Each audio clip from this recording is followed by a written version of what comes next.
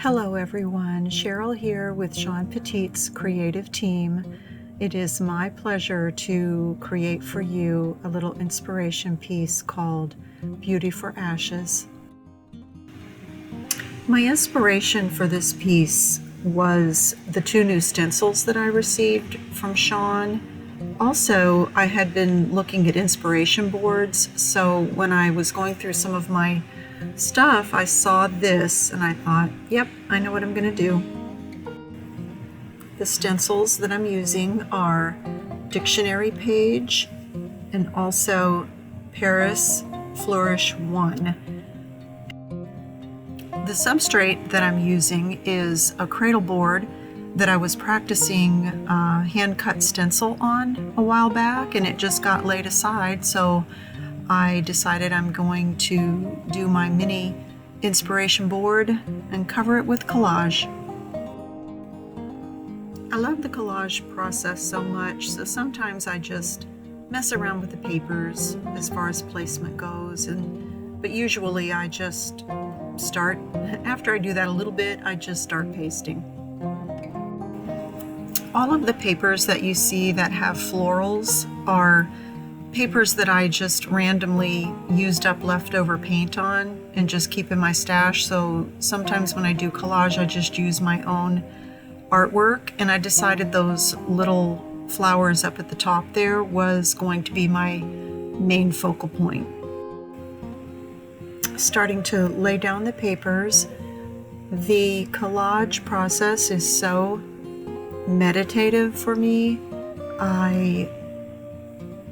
I just get lost in it and whatever's going on at the time or in the moment. I just, take time to reflect on things that are happening. And so it's very enjoyable. So that's what I'm doing here. I also decided that I wanted to wrap the collage around the sides because sides matter. Continuing the collage process, I'm using either original art on vintage book pages, or in some cases I've copied and made a photograph of my art to use. It seems like Lily Bell has to make an appearance. It's like whenever I sit down at my art desk, she's like, what are you doing? I want to know. Some of that little artwork, flowers that I've done on the vintage book pages is so old that it's crinkly, but I actually love that about it. There's something about using the vintage paper, the feel of it, the patina, the aging, it's awesome. I love it. And that last piece that I'm going to put down in the corner is actually a page out of a magazine. If I'm flipping through a magazine and I just love the image, I just save it.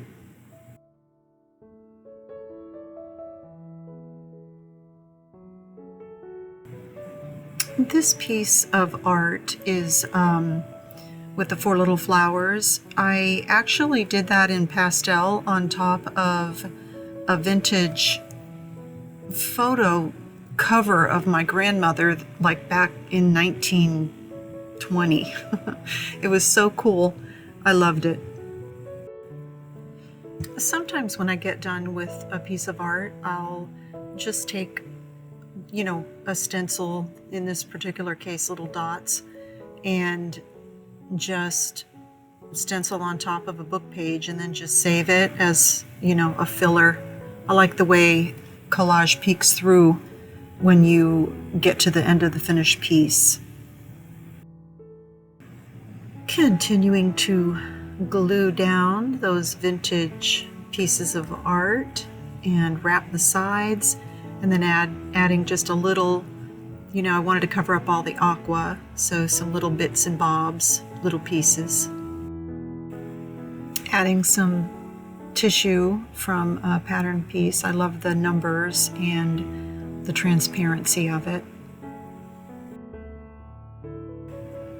finished with the first layer, which is the collage. The sides are all finished as well.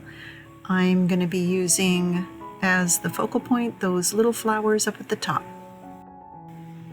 First, I'm going to use some craft paint that is in the basic color scheme, just to kind of tie everything together and cover up a little bit of the collage so that when I draw the flowers on it, they're going to show up, and when I use the dictionary page stencil, that's going to be the focus. I also added some white fluid acrylic. I love the way the fluid acrylics give it an ethereal look. And I also added some white gesso because that covers a little better for the areas that you don't want to show up as much. And right where I'm going to be putting the dictionary page stencil, I wanted it to be a little lighter. The Paris Flourish 1 stencil comes with a large flourish and also a smaller one. So here I'm using the larger one to cover over the collage partly. I love it. I think it's a beautiful, beautiful stencil. I finished stenciling with the Paris Flourish. Then I wanted to check the position of the dictionary page. And now I'm sketching in the flowers, mimicking the ones that are at the top with a Neocolor 2 water-soluble crayon. I just got these and oh my gosh, I love them so much. They are activated so easily with water. You can see that I'm activating it a little bit, and you can just layer them so nicely. It just turns out so pretty. Started off using my soft pastels, which is what I used on the original artwork. It just starts the dance, and you keep using this and that until you get it how you like it.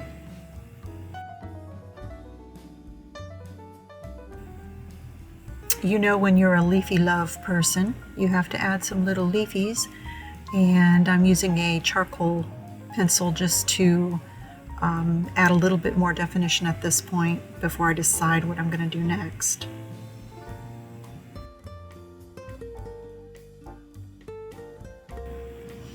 At this point, I'm totally playing with the Neocolor 2 water-soluble crayons.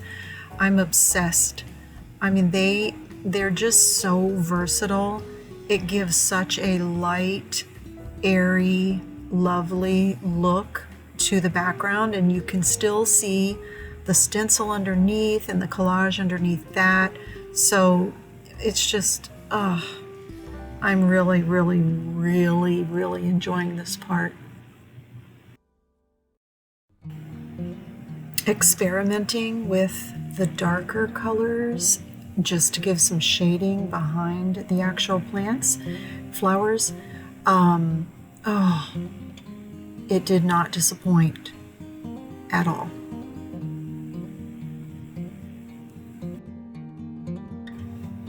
The vibrancy of the Neocolor 2 crayons is just outstanding. I just really, really love it.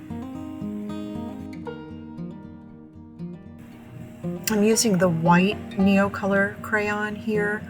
I want to get that area a little whiter so that when I stencil the dictionary page on top of it, it's going to show up a little better. Moving on to green, because it just wouldn't be right not to add some green. And what about the two-handed?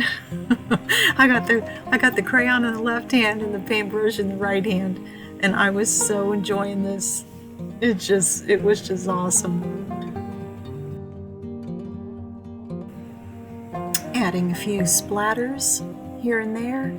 Splatters always add to the background, to the texture, I just love splatters. I'm giving the flowers some more definition, some more color, and I have found that the more you walk away from it and come back to it and use lots of different colors at different stages and different layering that it just really gives a lot of depth to the flowers. And I know I work on them a lot, but you know what? It's so enjoyable, and if one color doesn't work, if you're using a water-soluble crayon, hey, go on ahead and put another color on top of that and see what happens. For instance, I thought I would try some bright yellow, and I end up, putting some stuff over top of it, but it just adds another layer, and it adds the more color and layers that you can get on your flowers or your image, the better it's going to be in the long run. On the leaves, I went ahead and put a green at the bottom and a little touch of aqua at the top, and then I added the water, and it really did turn out. You can't really see it as well in the video, but up close it just looks so cute. The little green and the blue just blending together so well. I'm adding some pan pastel because I love the versatility of pastels in any form. You can wet them, you can do anything with a pastel, even treat it like a watercolor. But the pan pastels are they can be thick or they can be transparent, and I wasn't just happy yet with the flowers, so I added some pan pastel and then I moved on from there, as you'll see. I redefined my edges with the charcoal pencil again because they got too rubbed out. So then I'm going to add my color on top of this. It really is all about experimenting. I'm using just a cheap little translucent craft paint that I got somewhere. Anyway, I just love it. I love the color of it. So here is my next step in the process, and believe it or not, you can still see all the little experimentation and layers that you had before. I have a set of General's pastel pencils, which are really nice. They come in a variety of colors. I think I have a pack of 12. And I just used various ones because it's nice. I love pastels, and it gives you a nice fine point that you can use. Adding some dark lines on the flowers with a fine liner. I'm not going to outline them all totally, but just use like a little sketchy approach so that it doesn't look like a total illustration type. Pan pastels are so awesome for any kind of shading, whether it's highlight shading or dark shading, any kind of shading. It's just great for, and even highlights on the flowers. It's great. More splatters with that beautiful color. I just love that color, and I probably wouldn't be able to get that exact paint again, but man, I just really like it. I love to go back and add some tiny white details with a white Posca pen, which is what I'm doing right here. I'm adding the dictionary page stencil. This took a little bit of time, but it was worth it. I love what it says, and this is again a versatile stencil. You could use this as background over top of a collage where you didn't actually have it as your focal point. But I'm using a makeup brush with ink pad so that I can get in all of those tiny little letter spots, and I like it. I like the way it turned out. Thank you so much for watching. I hope you enjoyed the video, And I hope you will like and subscribe to Sean's YouTube channel. It's been such a pleasure to be a part of her creative team for this year. Thank you, guys.